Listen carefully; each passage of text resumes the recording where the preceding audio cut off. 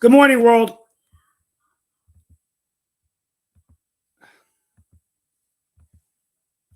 Good morning, world. This is Steve Rao, and we continue to have technical difficulties today with my Wi-Fi in my home office. But hopefully you can hear me. And I want to welcome you all to Roku and PODTV's World Edition as we begin a new year, 2023.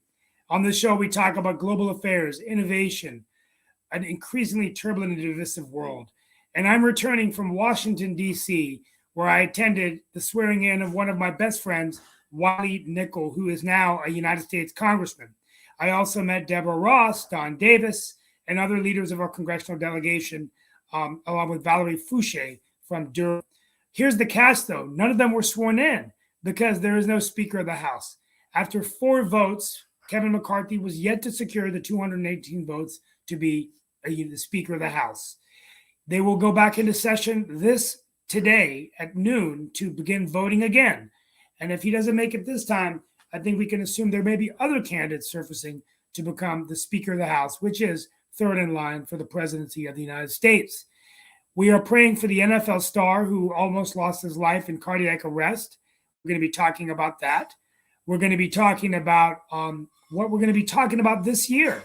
And so the bottom line is that I think all eyes are on Ukraine with what that's going to mean with rising energy prices, food shortages around the world, and what we're going to do with rampant inflation and gas prices and a looming, and what I would say we already are in a global recession.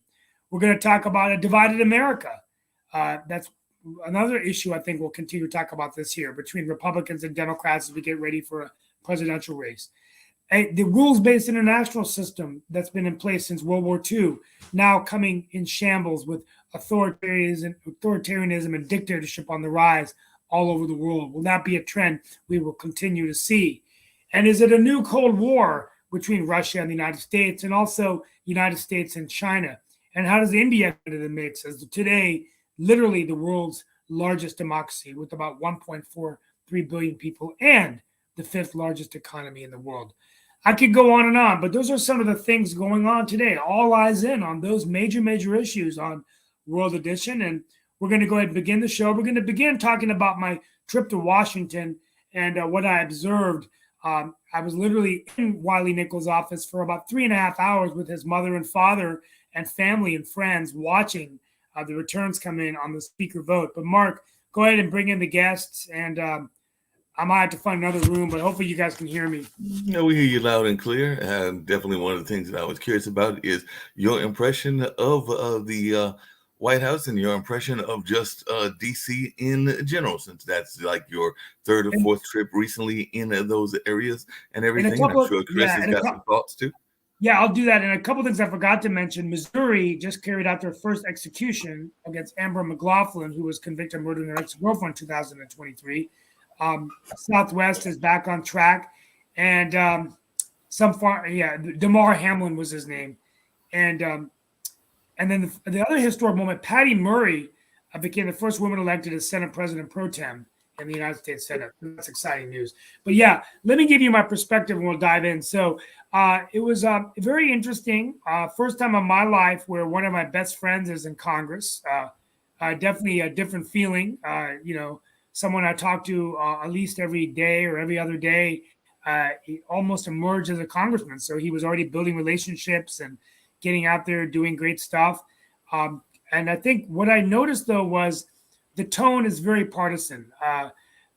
When they nominated Kevin McCarthy, it just went right into going against the Biden policies of too much spending and inflation and all these kinds of things. So I see that being a challenge moving forward for any Congress. That it's just going to be very divided. The Democrats, sticking to their views, Republicans sticking to their views, and I'm really concerned about nothing getting done now that Biden has lost the House, regardless of who becomes Speaker. Although there's lots of excitement about Hakeem Jeffries, lots of excitement. He's a very popular guy, so I expect to see him, maybe even running for president in our lifetime. I think he'll definitely very popular, and that's really about it. I mean, we'll bring everyone in, but I think it's going to be an interesting year in Washington. People are already talking about the presidential race and the rematch between and Trump and Biden or whoever runs. But I do think Trump will be the nominee. That's what I've heard in Washington from most people. I think they've accepted the fact that in a crowded primary, he's going to get his 30%.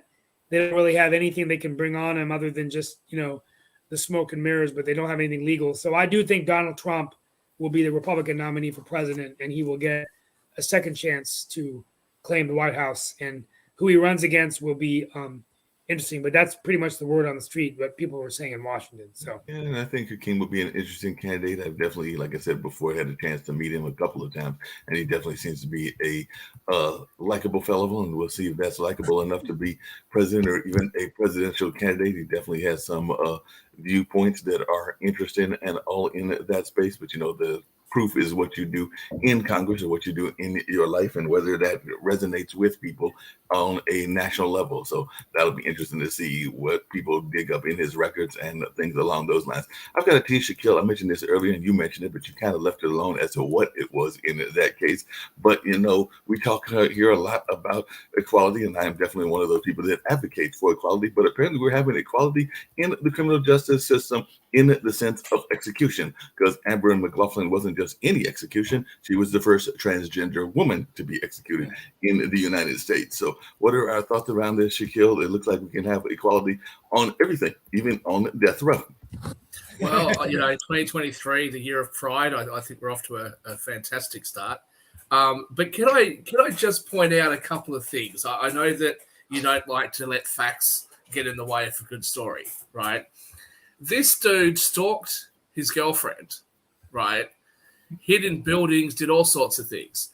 And then after being convicted, he says, well, I had a traumatic childhood, mummy and daddy weren't very nice, etc., etc. And so after he's asked for clemency and after all these sorts of things, he's locked up. He's then decided that, he's really a girl.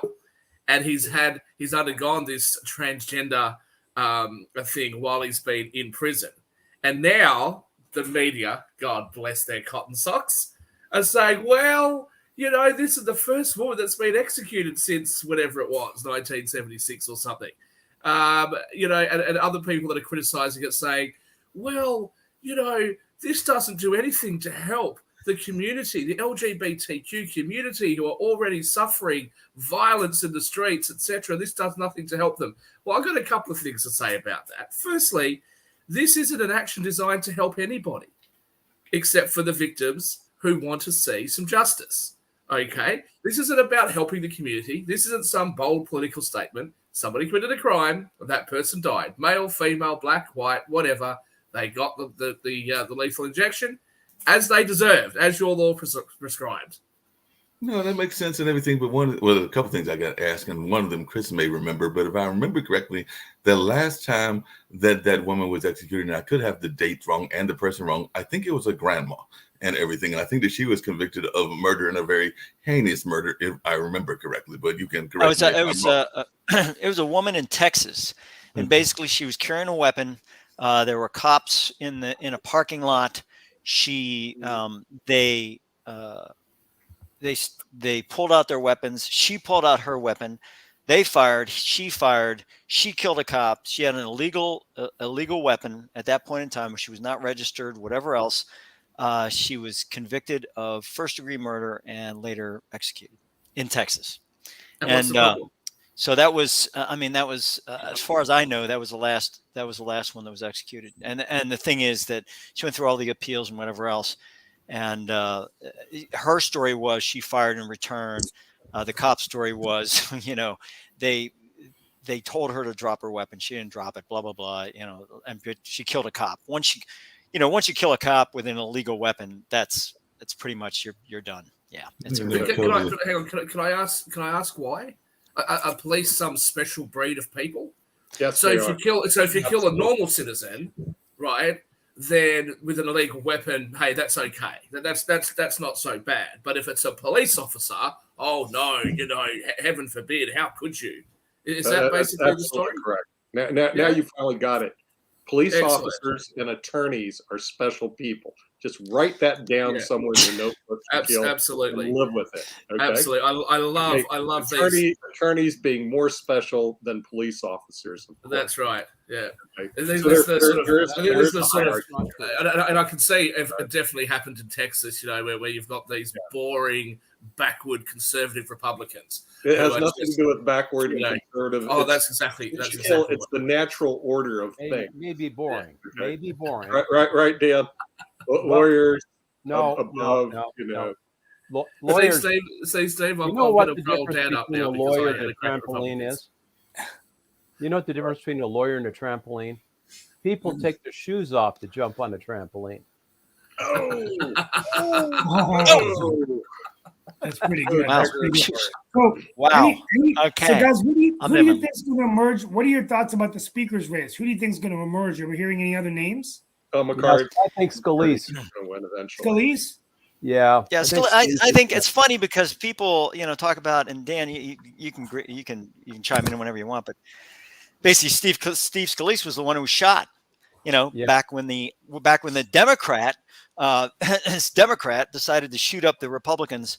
And it's funny because that kind of withered away and just it's not even part of the news now. No, But it's funny because my wife said, "Who's Steve Scalise?" And I go, "Oh, how we forget so quickly. How we forget. It's gone. We don't forget all the Republican problems. But by God, Democrat shoots up a bunch of a Republican softball game, and that by God, Steve Scalise. So I mean, Steve Scalise would probably be a good candidate. Someone nominated Liz Cheney. I thought, you have got to be kidding me. Well, you know what? Here's an idea. True Republican. Here's an idea. Why don't they nominate Donald Trump, they're President conservative. Trump? Because you can President nominate him, Trump you get is him to Speaker of the House. Liz would have Oh, my bipartisan God. support. You're right, Steve. Well, I don't think, and you correct me if I'm wrong, but I don't think he's actually currently a member of the House to actually. No, you don't have to. No, You don't have you to don't be. have to be. You don't have You to do be. not have to be. Nope. No. You do not have to be a That's member why of the House. Liz Cheney They could- could put in Trump. They could put in SpongeBob SquarePants. They could put in anybody. What did you guys do? You inherited the Westminster system from England. What did you do to it? What do you mean you don't have to be a member of the House? What's wrong Blame with you Thomas guys? Jefferson. Yeah, I just wrong. found that out. English I just got it found that wrong. out that you don't have to be a member of the House. So You don't have to be a member of the House, and who knows who But- it might be. And The there thing is, is Steve, you can't exactly say, look, this will shut Steve him up Ralph and make for him Speaker of the House. yeah, some people There were you go. telling me they should not. Well, former president. Now, it's interesting. It'd be interesting if you could take a former president and make them speaker. So what if you threw I in don't Obama? think you Oh, could. like Obama, George I W. don't- Bush, George W. But I Bush. don't think you actually Speaker of the could. House. Jimmy I Carter. don't think you could. He's You still could, alive. The speaker is Yeah, a Jimmy third Carter. in line. Yeah, he'd be a good one. Barely. The speaker's third in line to the presidency, so you can't have a former president be there, presumably. So, Well, in Donald Trump's case, you probably What's could, the but you couldn't motion? have anybody else because they Well, all let's- serve 2 look- terms. So today I'm going to end my monologue on the world ahead, but I think it's important real quickly. I'm just going to sort of use this show as a work session, but we're going to come back to Washington, but I hope I answered your questions. It was a great trip. I fallen in love with Washington. Hope one day I can be in Congress because I love it there. We've lost him. We've lost Steve. Steve fell in love with Washington. That's it. The Steve Oh, no. that we've He come has to know and no love. It's all Oh, over. Now he's in love with Washington. Absolutely. Everything It's all in goes. love with what. Well, hey, speaking of being in That's so love with sad. stuff and everything, I do have to get to and Short once flight. again, Hang Shaquille, on, you hang gotta on, love Mark. me Hang for on, this Mark. one. Steve was still We do going. have to get to a Supreme Mark, Court case. Steve was still going. Steve was still No, talking. no. Steve, Well, Steve was real- going. We all Real interrupted him. quick, real quickly, we're going I'm to talk of about the course. court. The main thing is Moore versus Harper and what's going to happen with that case. But real quickly, as I look at the world ahead, the word of the day is permacrisis. So that's what economists are talking about, where you have multiple crises going on at the same time. So we've talked about gas prices, inflation, a war in Ukraine, which is going to that affects starvation, food shortages, supply chain, oil, gas, energy, recessions, climate change, and then all of that is economic. Then what are we going to do with Climate China? change. Just throw climate change in there.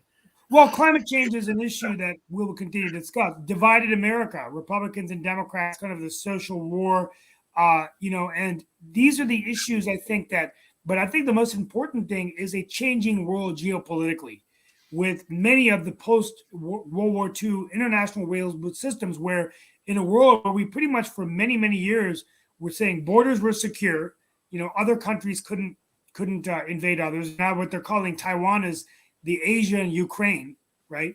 Because are the Chinese going to eventually invade Taiwan?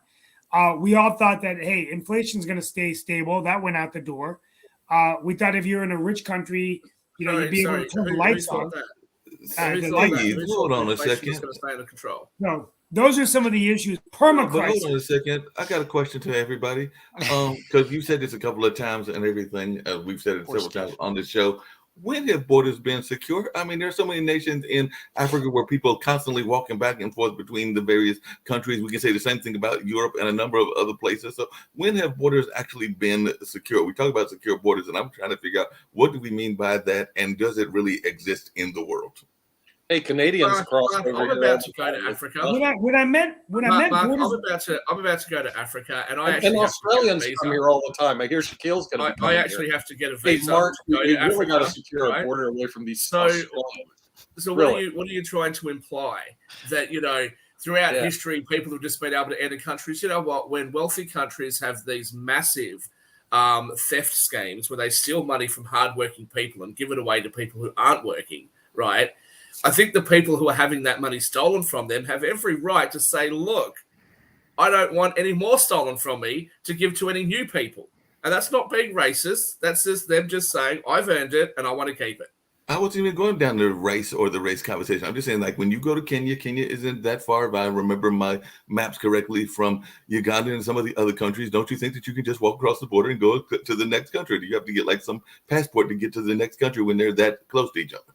Well, unlike many people who enter the US through its southern border, I actually have this thing that I do called obeying the law, right? So no, I will not be I'm not going to be walking anywhere without my security services in the first place. But if I was to walk somewhere, I'm not going to try and walk across the border of Uganda if it is in fact a neighboring country. Oh, that's good to know that he's. I'm not going to fly down to Mexico and walk across the border. I'm just going to actually drive across the border and hand my passport to immigration and go, hey, I'm entering through the visa waiver program when I come to the United States. I'm not going to do anything different when I go to African nations. Yeah, but I wish Sasha was here, because I remember when a friend of mine, this was years ago, they literally flew to Portland or Washington, where they were from, and they literally drove across to Canada. Now they did run into some problems coming back, because driving across to Canada was no problem. Now they forgot their passports and they had to get in touch with me to get them their passports so they could get back from Canada to the United States. But just getting across to Canada was no problem. Well, I think it's changed slightly now between the Canadian American border. You don't necessarily have to have a passport, but you can use one of those cards if you want to. But look, the idea of having security at your borders so that you know who's coming in and they're coming in lawfully, there's nothing wrong with that. I don't see a problem with that. The European Union may have agreed amongst 28 countries, now 27 countries, to essentially be borderless. But that's borderless within the European Union. Okay, to get in to the European Union, the admitting country will still make sure that you have a right to enter. Right. And then once you enter, you can go all over the place. You can go from Chris's favorite place, France, to England, because of what's going on there. Or you can go from France to Germany or wherever. That's my point, is that we're talking about these borderless countries, but how borderless are they really? Well, but that's the great thing about the EU and the United States. I don't have to get a border pass to go to Florida. I mean, I just drive there. I think when I was talking about borders, you can drive around without the government interfering with you. I know Shaquille likes to have the government stop you everywhere you go throughout the borders. But people like me, I like to travel freely. Since we're talking about Africa, let's just go in there real quick. Let's talk about Nigeria real quick, because this was mentioned one time on Haystack News and it hasn't been mentioned again, but it is a growing problem, and that is oil theft. So they have 3 oil areas: Kaduna, Warri, and Port Harcourt. Those are the only 3 oil areas in Nigeria. Evidently, what they're doing is they're stealing oil. They're actually cutting into the pipeline and bringing it down to the port here, and then they're putting it on ships. They've lost $4 billion a year in oil theft. So it's I mean, Nigeria, it's hurting.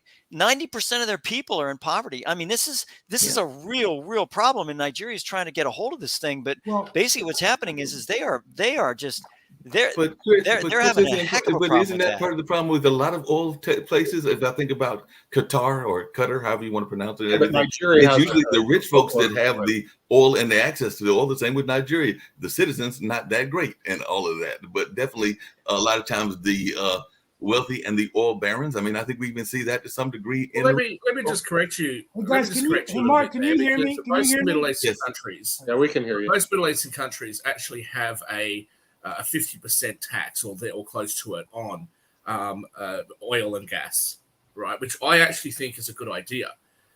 When natural resources are being brought out of the ground that belongs to everybody in the country, having a high rate of tax on those things make sure that everybody within those communities benefit from it.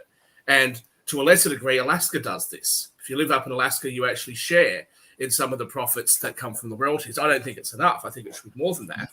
But I actually think that that's a good idea. And that's, I think it's a bad idea. You're such a bloody communist. First of all, I invest in oil often stuff. We talk about taxes. Okay, listen, I invest in oil. There's this idea of let's just tax the rich, let's tax the rich. But what we're saying is big but you're a trust baby. You're a trust baby. Yeah, what but we're saying is big international companies that come into. I have no sympathy for you, Nick.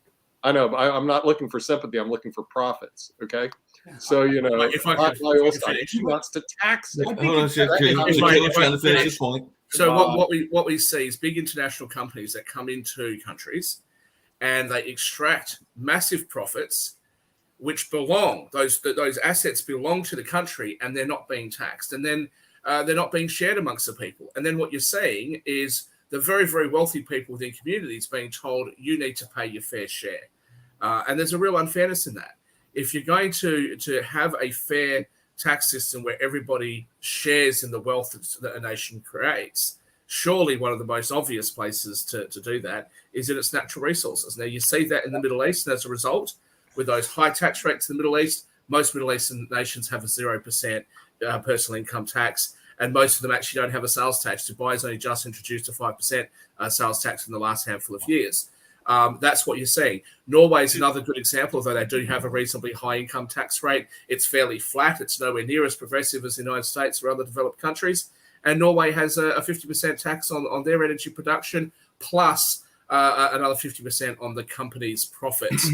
What's your take on... That's worked very, very well for Norway. So I don't know why we don't look at other types of taxation systems other than let's just tax the rich. Soak the rich. I'm just saying that there's got to be some equity. And I don't know your take on Qatar, however they're pronouncing everything. But during the World Cup, they got a lot of flack because they were not exactly being fair, and there are a lot of deaths that happened with their workers while they were building. And then there are a very rich elite that are living in the Qatar. And I know some people that, even in my friend circle, in the music community, that love going to Qatar because they are treated like royalty and everything when they go there. But I'm just wondering, do we need to pay attention to these folks if they are not being equitable in the way that they treat their workers, or in the way that they are drawing the oil or building a soccer stadium? Well, I'm not going to criticize Qatar. How's this equity thing working out for the United States? How's it working out for Canada? How's it working out for Australia? I mean, this infatuation, this sickness that is permeating the public opinion in Western countries, that the only thing that matters about a person is their skin color or their sexuality or their gender or whatever, right? This has become so damaging. Now, yes, it is true that some Middle Eastern countries, Qatar's been criticized for it, the UAE's been criticized for it, has had employees subject to working conditions that perhaps are below the standards that we would have in Western countries. But you know what? They're building their new countries. The standards weren't that high in our own countries. How many people died building the Hoover Dam?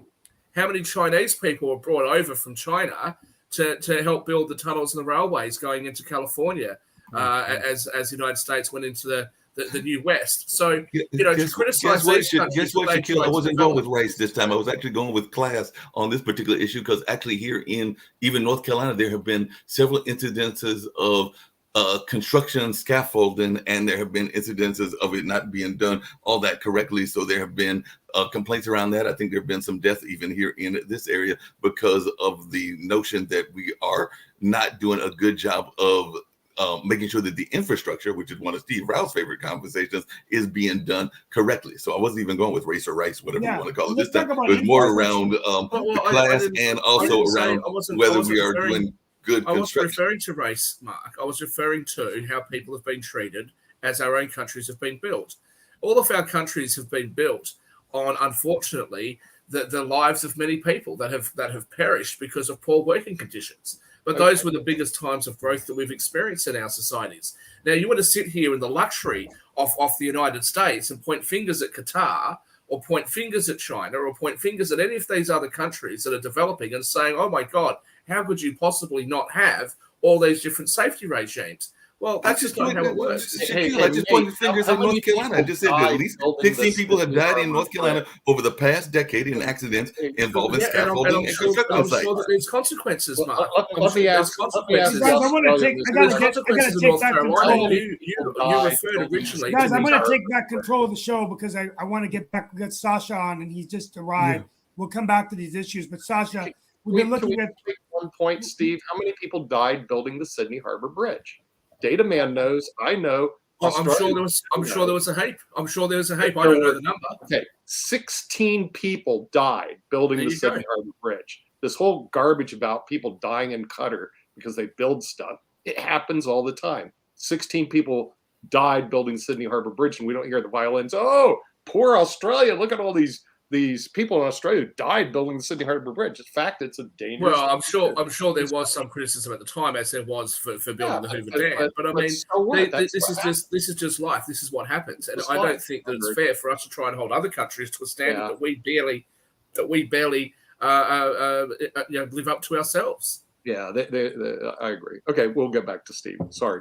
No, real quickly, I just try to keep the flow going. So we have Sasha start with us. As we look at the world 2023 ahead, obviously he's got his own show of Ukraine, but I do think it's important for us to talk about how Putin's war is, causing global instability. And what many people are talking about is what would happen, if, for example, Russia loses. What does that mean for the world order? I mean, the one thing is that we know that any country that Russia ruled is in jeopardy. If he is successful in Ukraine, he can go and invade Kazakhstan, for example, or other countries. So I'd like to get Sasha's perspective on that.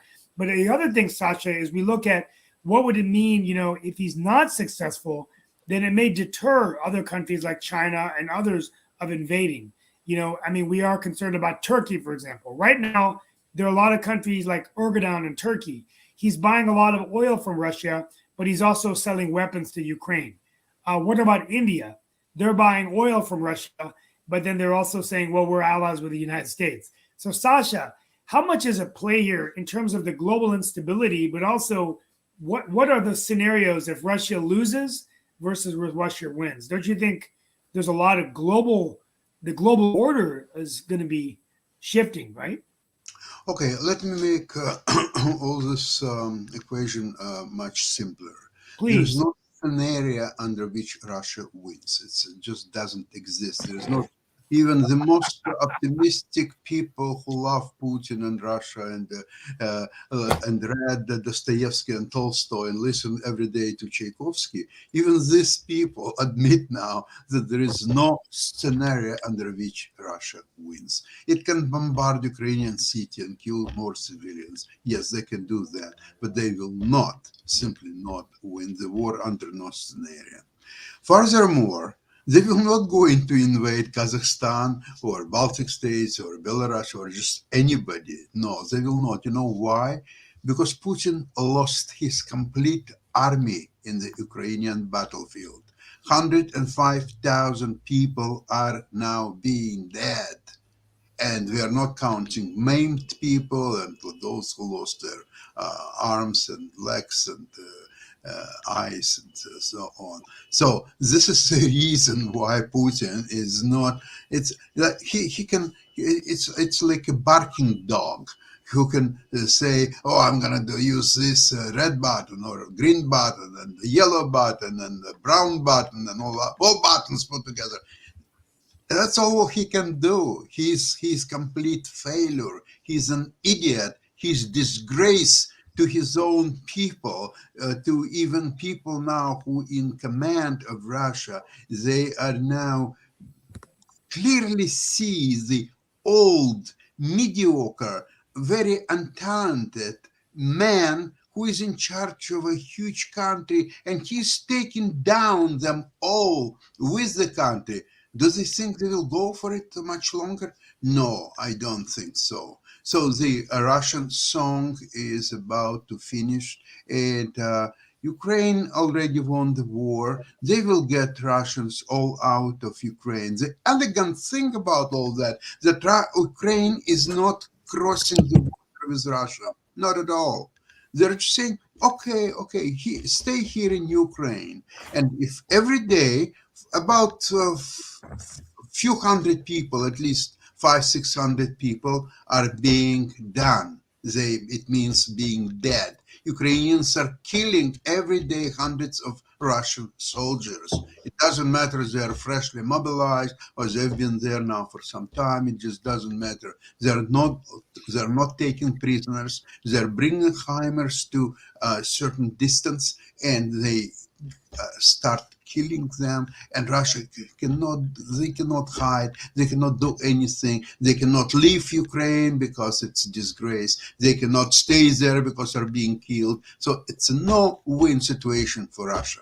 That's about it. Sasha, You know, Sasha, and I hold on. want to springboard on that for Sasha.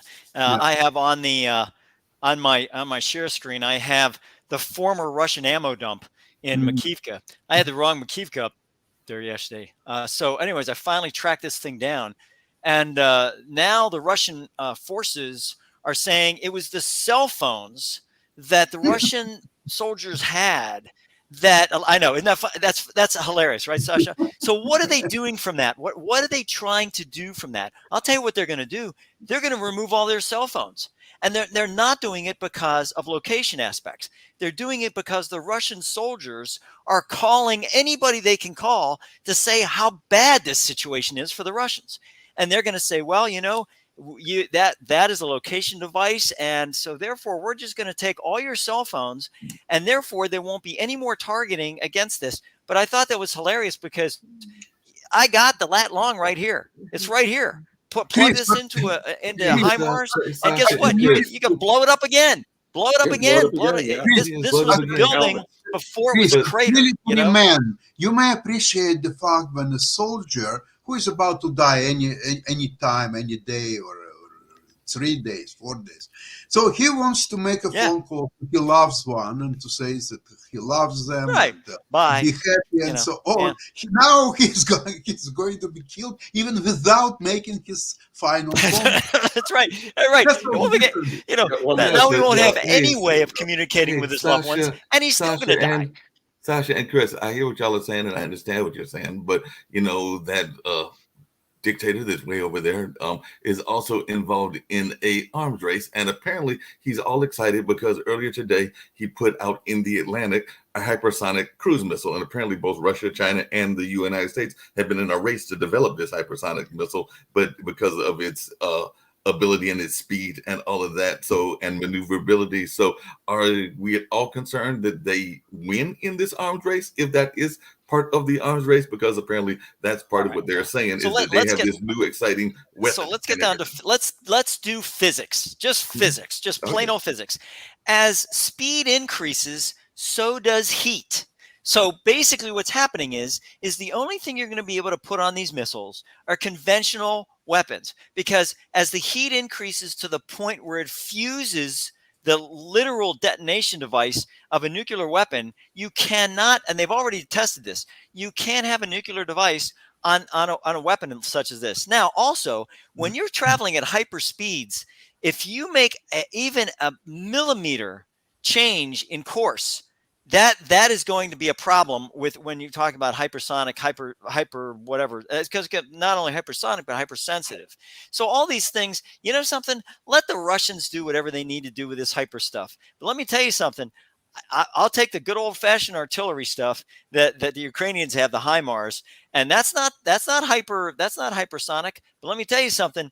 When it blows up, it's going to kill things. And you know, you can sit there and talk about hypersonic stuff all you want, but the bottom line is this poor sap Putin, he's got old, you know, old stuff out there, and they're starting to blow up. Apparently, there's some other countries that are got this hypersonic weapon, including Australia and Chris's favorite place, France, because the other places that got it are Australia, France, Germany, South Korea, North Korea, and Japan, and that's according to the U.S. Congressional Research Service. So, along with the Russia, United States, and China. So, I hear what you're saying, but he's talking about placing it in.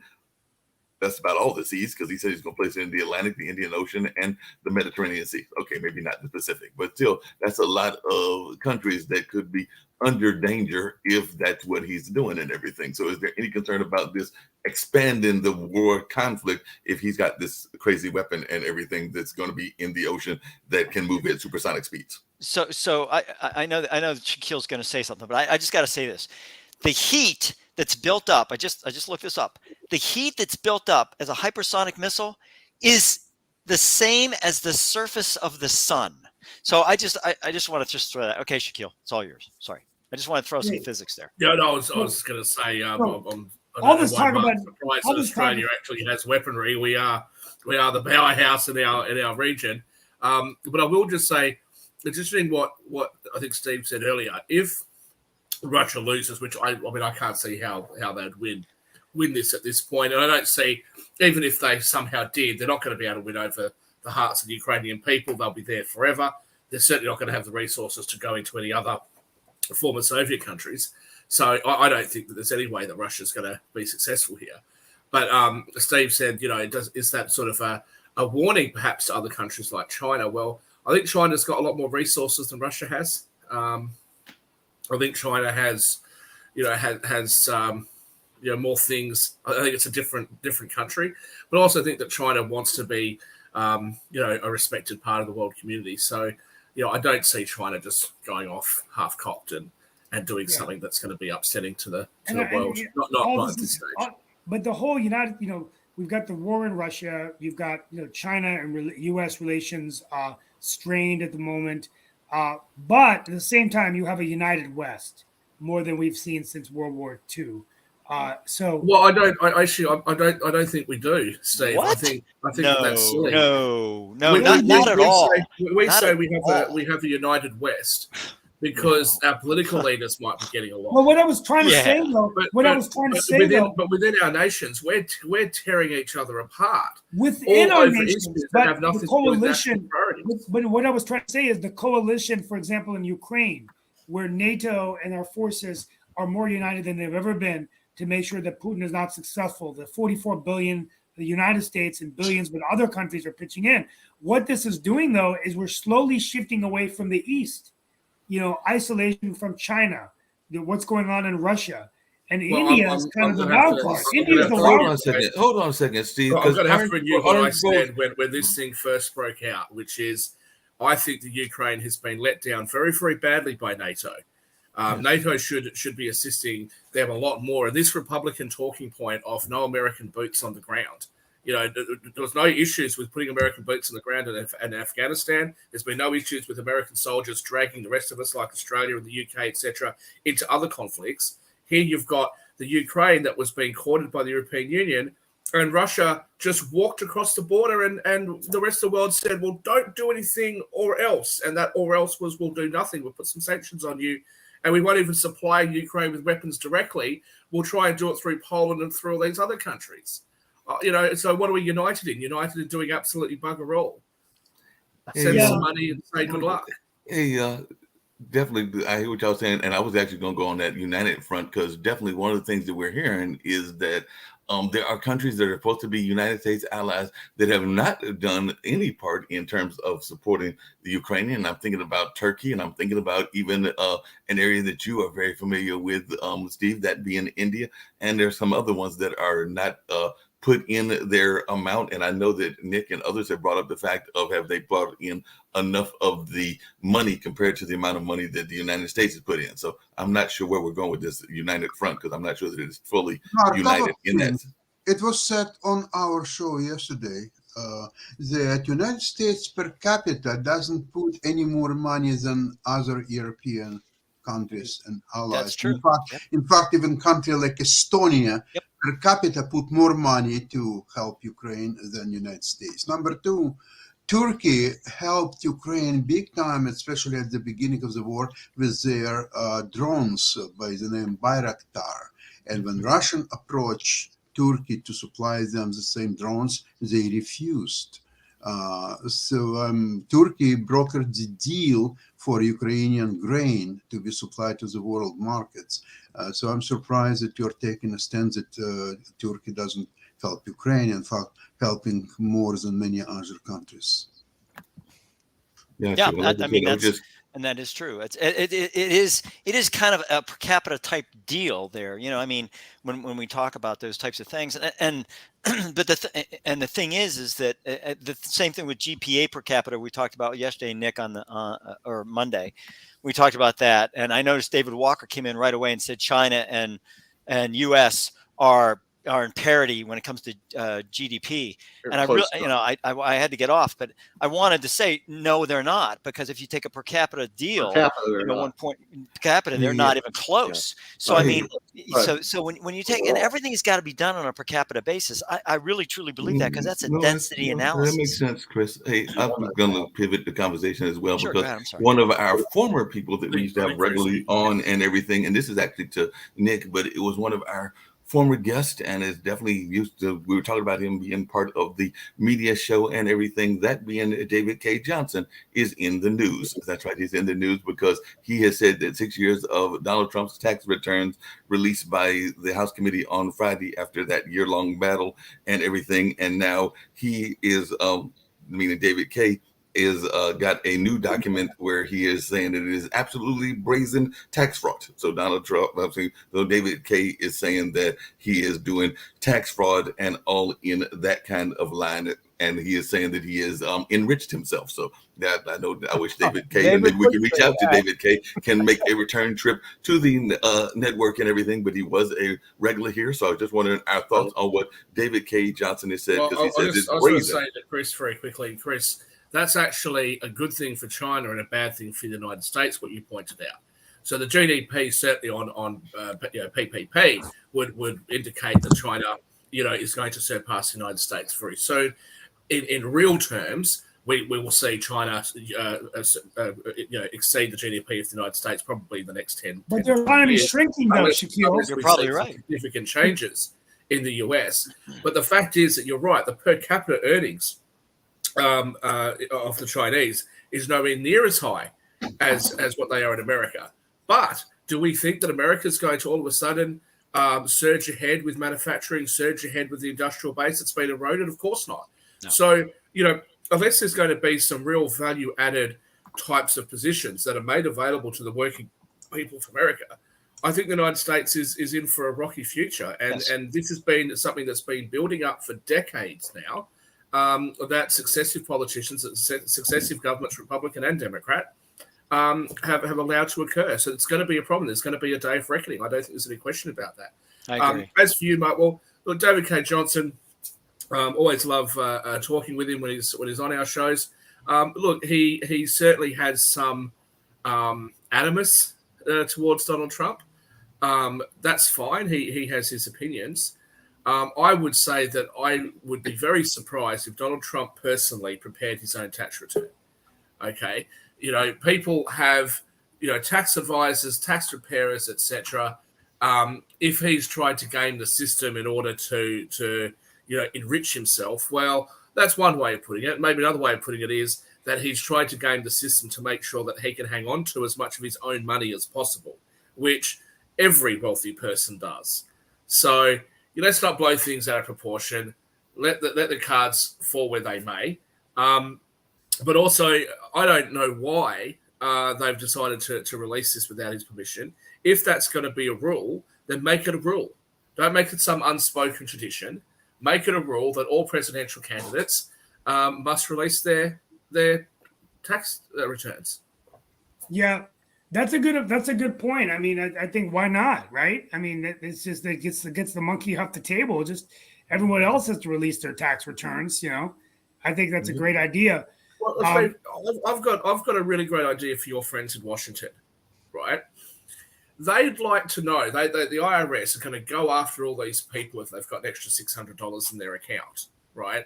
They're going to audit people and do all of that sort of stuff. I think the public has a right to have the politicians explain how on a government salary of $200,000, $300,000 a year, how they're able to amass these multi-million-dollar fortunes. And I'm not just talking about the obvious people like Joe Biden, who's worth 30 or 40 million or whatever he's worth. The Clintons are worth a whole heap, and it's not just them and the Pelosi's of the world. Your sort of rank and file senator or House of Reps member who goes from being worth, goes earning a couple $100,000 a year to all of a sudden they're worth 10 and 20 and 30 million. I think that they should explain where all that money's coming from. Speaking of explaining things, and I agree with you, that definitely needs to be explained and everything, and I'm going to pivot once again to another topic, but you kind of alluded to it earlier, Shaquille, but we sometimes laugh at the notion. I mean, it's like almost 70 degrees here in North Carolina in early January, but we sometimes laugh and scoff at the notion of climate change. Apparently it's impacting Europe because the European ski resorts have closed. Guess why? There's a lack of snow. So they're saying that there's a lack of snow. Record warm winters in parts of Europe have forced the closure of ski slopes. And I do know that is a major tourism attraction, particularly around the Alps. Yeah, I mean, I think that's interesting. Yeah, I mean, the ski resorts. I mean, I'm from West Virginia, and I'm supposed to take my kids skiing, but either to snowshoe or winter place. But I've never thought about that. And hopefully Dan Worthington says they have a lot of snow where he is. So I miss snow. I really do miss snow. I wish there was some more snow in North Carolina, but don't miss the snowstorms. Well, really quickly, I don't know what you mean, Brian. But let me pick up on Shaquille's point real quickly. Shaquille, you're right. What a lot of these Congress people do is they have a waiting period once they leave, and then they come in. They're all going to K Street, getting jobs at lobbying firms, making $20,000, $30,000, $40,000, $50,000 a month, going on the other side. And it's just I don't know whether we should extend the period with which they can lobby because they're just making millions. And so, well, $50,000 a month's nothing. But what I'm talking about is these multi-million-dollar payoffs that people are making. I mean, the obvious one, Hillary Clinton was at one point the most successful futures trader in the world. Nancy Pelosi was the most successful futures trader in the world. Now, what are the statistical chances? What's the likelihood that politicians, these narcissist lawyers who get into politics are so good at everything that they're even the best, that they become these leaders in government, and they somehow become the best financial traders as well because all of their trades end up profitable? It sounds a bit sus to me. Hey, Shaquille, along those same lines, what are we thinking? Because it's another news, and it actually involves another part of the world. But apparently the UK Prime Minister, Rishi Sunak, is proposing that there be compulsory math for students up to 18. So I guess she's going to say that they got to have those math courses all the way up until the age of 18, and it's going to, make it mandatory and all in that sense. So is this a good idea for the UK? I know that a lot of times Nick and others on the network talk about the lack of fiscal literacy here in the United States. So it sounds like it would be a great idea, but that's one of her latest proposals. Do we think that this is a great idea? It's a terrible idea. But then again, I think compulsory education is a terrible idea. So that's my take on it. But Mark, I want to come back. I just want to come back slightly. You said about scoffing at climate change. I don't scoff at climate change if that was directed at me. All right, and how could I, the president of the International Green Alliance? What I scoff at is stupid ideas. Is finding something that we know isn't going to work and doing it anyway. Putting wind farms in places where you've got an abundance of geothermal sources and not putting the geothermal plant in because that's not cool and sexy. Wind farms are. Putting solar panels in places where hydropower would work better, but we put solar panels in to places where they're not necessarily going to work at their maximum efficiency. these top-down government approaches, because electric cars sound good, they're cool to drive, they're a lot of fun, there's a lot of positives to them, single drivetrain that don't need to be serviced as much, a lot of positives, but there are some negatives as well, so they're not going to work everywhere. So forcing electric cars onto the roads in every location, not only is it not actually a solution, but it can actually be worse in a lot of cases. It can be worse for the environment, and yet it gets pushed anyway. That's what I scoff at. I scoff at these stupid ideas that are being pushed and promoted and forced upon us by politicians that don't know anything. I also scoff at the idea that somehow the world's not talking about this issue enough, that somehow we need to see some 20-year-old, nose-pierced moron, right, go and throw cans of soup at irreplaceable artwork, things like that. We don't need that. Let's have a proper conversation, and let's not cancel people when they say, should we consider hydrogen-powered vehicles? Not something that I'm a huge fan of, but Dan really likes the idea of. Okay, let's discuss it. Let's discuss whether we should be able to create our energy from using these other sources, recyclable, biofuels, etc. But we can't have any conversation because it's solar panels and it's solar panels and wind farms, and if you don't like it, you're a racist. No, we have all kinds of conversations. Why climate change and climate issues and environmental issues? Definitely climate issues are very important. That's all I was saying. But there is another issue that is important as well. Hold on a second. There's another issue that is important as well. Why haven't you rung up the Sierra Club? And I brought up the Sierra Club several times. We talked about the Sierra Club. We talked about the issues within the Sierra Club. I have definitely said that nonprofit organizations that are corrupt and that have issues with corruption, I have problems with those. So I said that we've had conversations about that. So don't go that I haven't gone there and everything, because I've definitely said that. I said that about other things as well. I've used that about. You're somebody who's frequently telling me about the plight of people of color in America. Why don't you ring the Sierra Club and say, hey, listen, stop hijacking our issue. We people of color have been. I have said that about hijacking issues, even in the feminist movement.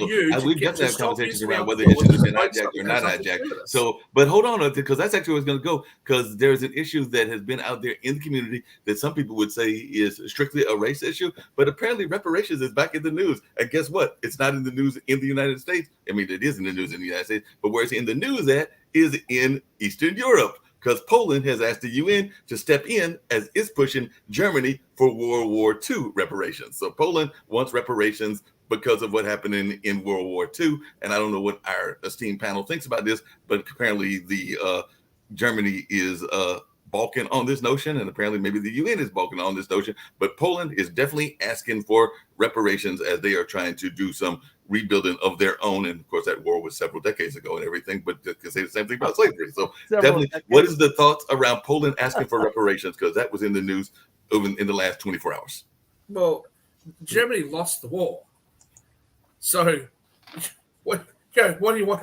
Who do you want to have pay for this? Germany lost the war. The Nazis are gone. I know you guys think the Nazis are all in Oregon and stuff, but the Nazis are gone. Germany lost the war. The Third Reich collapsed. Apparently, they're asking the UN to reach into that lovely UN budget because it's asking the UN to step in. Yeah, and this is the thing. It'll never end. It'll never end. My family thinks that England should give, the Indians that were brought over from India and made indentured servants in Fiji. My family think that they should be given reparations. And I actually think that they've got a valid argument. I do. The fact that land leases expired, they were left stateless without no ability to go back to India. They couldn't go to England. The Fijians didn't want them. These are issues that still affect Fiji today. One of the people involved in the coup in Fiji has just been elected the president, or the prime minister. So this is something that is hey, we can make the argument. But, the problem is that people want to act like when people in America ask for reparations, that every white person is somehow responsible here, right? That somehow the Civil War, will just ignore the fact that half of America was fighting against slavery and pretend as though everybody was for it. We're going to try and pretend that all of England was happy with the human rights abuses that occurred, despite the fact that when Captain Cook arrived in Australia, the very first thing that Captain Arthur Phillips passed as a law was that in a free land, there shall be no slavery. That was Australia's first law. But we want to act like England and every British person throughout all of history was somehow just on one side of this, and they were all supporting this sort of inhumane treatment of people. It's just not true. So if you want to ask the other issue, and I've raised this reparations, tell us from whom you wish to seek those reparations. Like I said, and the other issues that have been raised, and I've raised it even on various shows, even here on the network, is sometimes when a group gets some money, then everybody and their mother becomes a member of that group. I think we saw that to some degree with the Native Americans, and definitely I can even see that with reparations were passed, because then we'd have to figure out, one, who got the reparations, who is in the lineage to get the reparations. I don't think, Mark, that it's a matter of money. I think it's a matter of privilege. When one group of people have a significant advantage over other groups of people, those other groups of people would like to have that advantage themselves. Now, how would you? I asked Bill Tresevant when he brought up the issue of reparations. I asked him, how exactly would you do it? Now, I'll tell you how the Germans did it.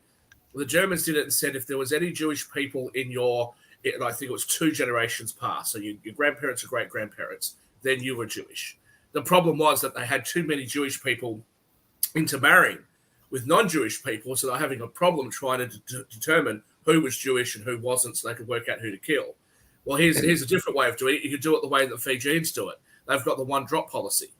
So if you are 99% Fijian, but you have 1 drop of blood that's not Fijian, you're not entitled to the native grants and all of the native things that are given to you in Fiji. Do either of those 2 systems sound appealing to you?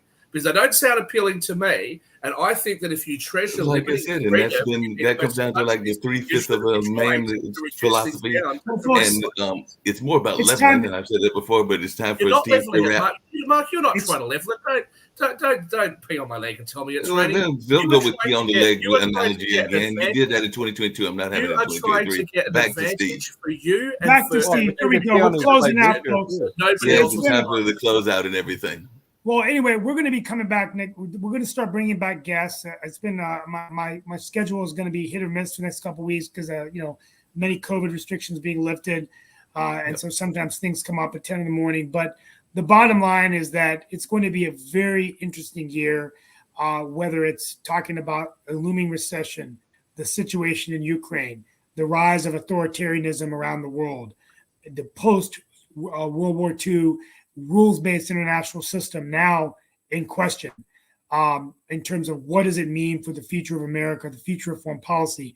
And while we're arguing these things, foreign policy globally, we also look inward in the United States of the division and the extremism and gridlock in government. And is it what is going to be happening with America as we prepare for the presidential election in 2024. My trip to Washington confirmed this to me. Never have I seen more money, more finance, more special interests come in to define the United States Congress than today. It's not as much about being elected, but then it's about where you can raise your money, which special interests you can represent. Everybody going on their side of the aisle. And with no Speaker of the House right now, as we speak, these Congress leaders cannot even be sworn in. And the nomination speeches are not speaking really about the leadership qualities of either candidate. It's coming in, although I did hear more in favor of Hakeem Jeffries, it's just basically campaigning. It never seems like American can get out of the campaign mode. But I think in order to be successful, we need to govern. And that's the biggest challenge we face at the state level, at the federal level, and obviously at the presidential level. We'll be talking about these issues, and we'll be bringing some guests very soon to talk about this. United States Congress leaders, some state legislators to talk about North Carolina and other states, and of course, the question of the United States Supreme Court, which will be very interesting as we watch more and more decisions. Thank you for being with us today as we kick off 2023. Should be an exciting year. Looking forward to it. And from the love and hearts of our family here at Pod and Roku TV, we welcome you to the show. We wish you a wonderful day wherever you are in the country or the world. And we'll be back tomorrow for another edition. Thank you. Bye.